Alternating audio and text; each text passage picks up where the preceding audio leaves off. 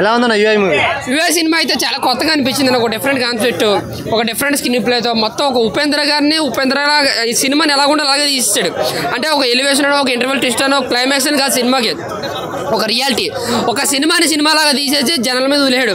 నువ్వు ఎదవైతే చూడాలా లేదా మంచోడైతే పోవాలన్నట్టు సినిమాలో ఫస్ట్ క్యాప్షన్స్ పడతాయి. నువ్వు మూర్ఖుడైతే సినిమా చూడు, మంచోడైతే బయటకు పో. నువ్వు ఎదవైతే సినిమాలు థియేటర్లో ఉండు, మంచోడు అయితే బయటకు పో అని చెప్పేసి నిజంగా క్యాప్షన్లకి నిజంగా కామెడీ నవ్వాలో లేదా మనం అనడని చెప్పి బాధపడాలో కూడా తెలియలేదు. అంత డిఫరెంట్గా ఉంది నిజంగా. ఉప్పి స్టైల్ ఉప్పి అన్న 20 ఏళ్ల తర్వాత ఆయన కంబ్యాక్ ఇచ్చారు. సినిమా అయితే బ్లాక్ బస్టర్. ఫస్ట్ టైం ఆయన సినిమాని థియేటర్లో చూశాను. మిగతా సినిమాలన్నీ నేను పుట్టి ముందు వచ్చినాయి కాబట్టి కేవలం యూట్యూబ్లోనే చూడగలను. బట్ ఆయన పనితీరు, ఆయన రైటింగ్, ఆయన డైరెక్షన్ అంతా కూడా ఈ సినిమాలో చాలా కనిపించింది. బ్లాక్ బస్టర్ మూవీ అన్న.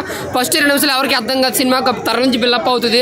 స్క్రీన్ ప్లే కావచ్చు, డైలాగ్స్ కావచ్చు, కొంచెం సొసైటీ మీద మన మీద వేసిన కొంచెం పంచులు డైలాగులు కావచ్చు, అన్నీ కూడా చాలా బాగున్నాయి.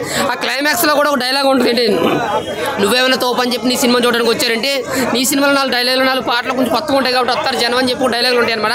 నిజంగా అలాగే ఉంది సినిమా. నిజంగా ఎటువంటి క్లైమాక్స్ కూడా కాదు, జనం కోసం తీసాడు. నీకు ఇష్టమైతే చూడు, లేదా నా సినిమాకి రాకన్నాడు అంతే. ఒక రియాలిటీగా చూపించాడు. అంటే సినిమా అయితే బాగుంది. ప్రతి ఒక్కరు ఈ సినిమాని చూడాలి.